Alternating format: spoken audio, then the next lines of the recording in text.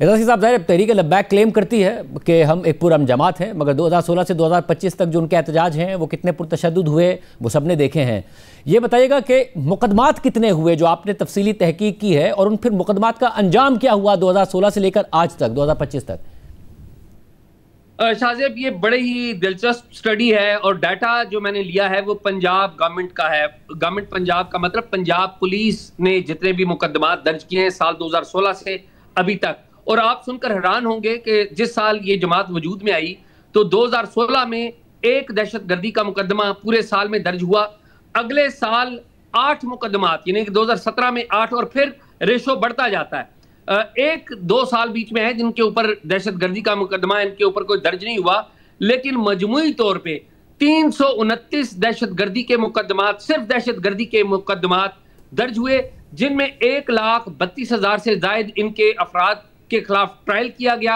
और अंजाम की बात करते हैं तो आप सुन के हैरान होंगे कि 1,32,000 अफराद के खिलाफ ये जो ट्रायल हुआ 329 दहशतगर्दी के मुकदमात में, सिर्फ 34 अफराद को कन्विक्ट किया जा सका, सिर्फ 1,32,000 में से। और आप ये भी जान के हैरान होंगे कि जिन पुलिस अफसरान के दौर में इनके खिलाफ कार्रवाइयां हुई, इनके खिलाफ मुकदमे हुए, साबिक आईजीज, उनके खिलाफ भी इन्होंने उल्टा मुकदमा दर्ज करवा रखे हैं। साबिक आईजीज हैं 3 के करीब, उनके खिलाफ इन्होंने मुकदमा दर्ज कराए। एसएसपी लेवल के मुतअद्दिद अफसरान हैं जिनके खिलाफ इन्होंने उल्टा अदालतों में जाके मुकदमात करवाए। जो दूसरे मुकदमात हैं इनके, यानी कि दहशतगर्दी के मुकदमात के अलावा 16 MPO के तहत, कार्य सरकार में मुदाखलत के तहत, तोड़ फोड़ के तहत, वो है 525। और इन 525 में इनके खिलाफ, यानी कि साल 2016 से लेकर आज 2025 तक, तो 525 मुकदमात में पंजाब के अंदर सिर्फ इनके 39,000 जो मुल्जमान थे उनके खिलाफ कार्रवाई की गई। और इन मुकदमात में सिर्फ 296 के करीब इनके अफराद हैं जिनको कन्विक्शन हुई, सजा हुई। तो conviction rate in terms of cases बहुत कम रहा। मुल्जमान की तादाद ज्यादा है, केसेस की तादाद ज्यादा है, लेकिन कन्विक्शन रेट बहुत कम है।